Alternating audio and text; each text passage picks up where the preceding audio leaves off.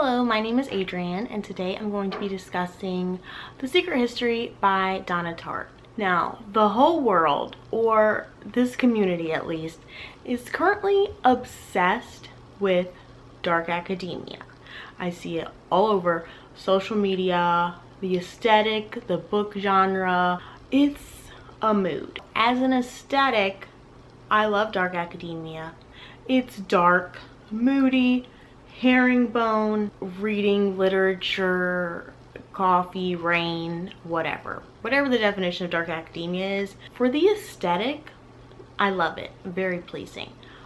So I thought I should read The Secret History by Donna Tartt, which I don't know if it's the origin of dark academia or just one of the most popular dark academia books. So I read it, and let me tell you, I do not like it. When I first finished it, I was like, I shouldn't even rate it because obviously it's like over my head. But now, I mean, 2 stars, and that's like me being nice just because I know that the writing is good. I mean, what does that even mean? If I can't enjoy the story, is the writing good? I don't know. I finally settled on 2 stars. I don't like it. My copy is 555 pages or something like that.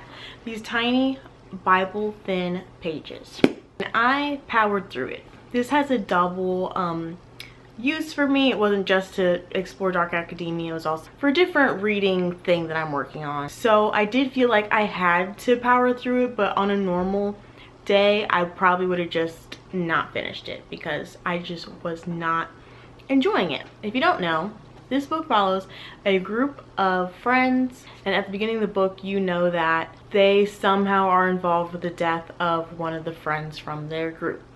They are in this pretentious little Greek literature class with this weirdo professor, and somehow one of their friends dies. So it rewinds to the beginning where you follow the main character, Richard, who gets into this school, moves from California to the New England area to go to this school, and he wants to get into this tiny little clique group of rich, awful people who take a Greek class together. From there, you see him become entwined with the group and befriend them, and Bunny, their friend, ends up dead. So this will be no spoilers involved, but the first issue that I had with the book overall is, one, it's so slow. The pacing is slow, the story's slow. There's so many scenes where nothing really happens and nothing productive comes from the scene. Like, how many times we have to see these people get together? Do they like Richard? Do they not? Are they accepting him or are they not? Who's friends with who? Who loves each other? Who hates each other? And just repeat over and over and over. So this friend group is always just going places, coming over, going on a walk, going to class, studying together, hanging out, seeing what the other one is doing nothing mainly. And they're just drinking in excess and sometimes taking other drugs and smoking cigarettes. And I feel like some of the scenes in here, I'm just like grossed out. There are some nice places that they go because a lot of them are wealthy from their family or whatever. But it's like they just sit around smoking cigarettes in the house, gross, and just drinking, and they're messy and they're sick from all the drinking, and they're just miserable people. So then the other issue I had, which really affected my enjoyment, is how miserable everyone is. I'm not saying that I can't enjoy a book where all the characters are miserable, but I don't even think they know that they're miserable. Like, I think that they think they're having fun, and I'm not sure if we're supposed to think what they're doing is fun, but to me, the way that they act and interact and what they do, I think they're just miserable.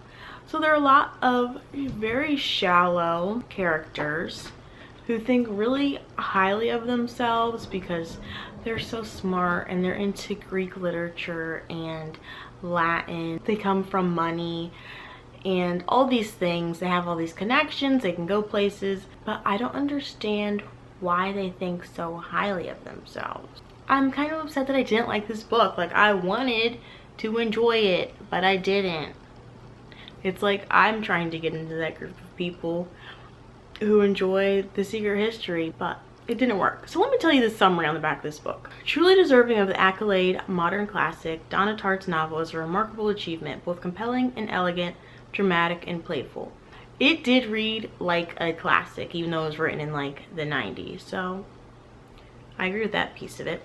Under the influence of their charismatic classics professor, a group of clever, eccentric misfits at an elite New England college discover a way of thinking and living that is a world away from the humdrum existence of their contemporaries. But when they go beyond the boundaries of normal morality, they slip gradually from obsession to corruption and betrayal, and at last into evil. Like, see, even the way that description is written, I think we're supposed to think so highly of these people, and they really just disgusted me. So besides that they're miserable, there's also a lot of actual suffering in the book. For example, the main character Richard, the first winter break that they have, so he's broke and his family doesn't have any money to provide, so instead of going home he stays in the town where the school is for the winter, but he can't stay on campus, so he stays in this room that some guy lets him stay in, and he has to walk to work every day through the cold winter, feet of snow, -degree temperature, wind chills, whatever, and the room that he's staying in has a big hole in the roof, so he's basically sleeping outside and just suffering through it, and you know, he nears hypothermia, whatever else, and all his friends are gone because they're off on trips to Italy and or at their, you know, home with their parents, whatever, and he's just here by himself, not telling anyone that he's suffering and nearly dying. I just hate reading about characters suffering for little to no reason. Like, there was no payoff for that part. Okay, so the whole book overall, there are some big plot twists that are interesting, I guess, but it takes so long to get there, and there's so much trudging through meaningless, very wordy segments to get there, and there was just never a payoff to me.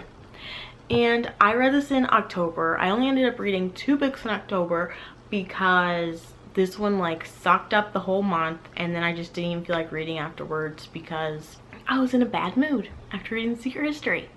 So yeah, there are multiple twists throughout. They're weird, they're dark, they're, oh gosh, the book is so dark and heavy, which again could be fine, but I just didn't get anything out of it.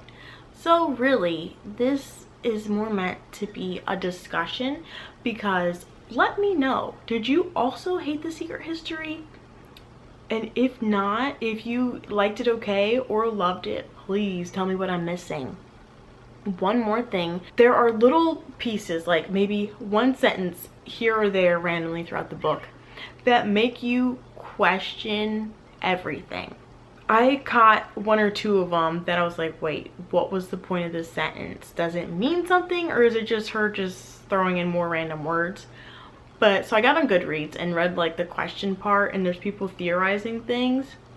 So there could have been one sentence somewhere that people are theorizing, this means that this happened, or that this was what was going on, or there were multiple examples of that, and it's like, if that sentence means that, it's a huge shift in the dynamics of the story and of the characters' lives. But one, it was barely mentioned. We don't know if it's a real thing. It's never confirmed. It's never discussed. It's never thought out. So it's like, are these things real? And if so, why didn't we get to discuss it in the book? Anyways, the moral of this is, I don't like this book. I love the dark academia aesthetic, but now I'm wondering, do I like the book genre? I don't know, because I also didn't like The Lion Game by Ruth Ware. The part that is the dark academia part, did not enjoy. And then like just some other books I'm thinking of, like I don't know if I like dark academia, which is interesting. So anyways, if you dislike The Secret History but like a different dark academia book, let me know, because I'm willing to try it again. So anyways, please discuss with me, what am I missing? And I'll see you in my next video. Bye.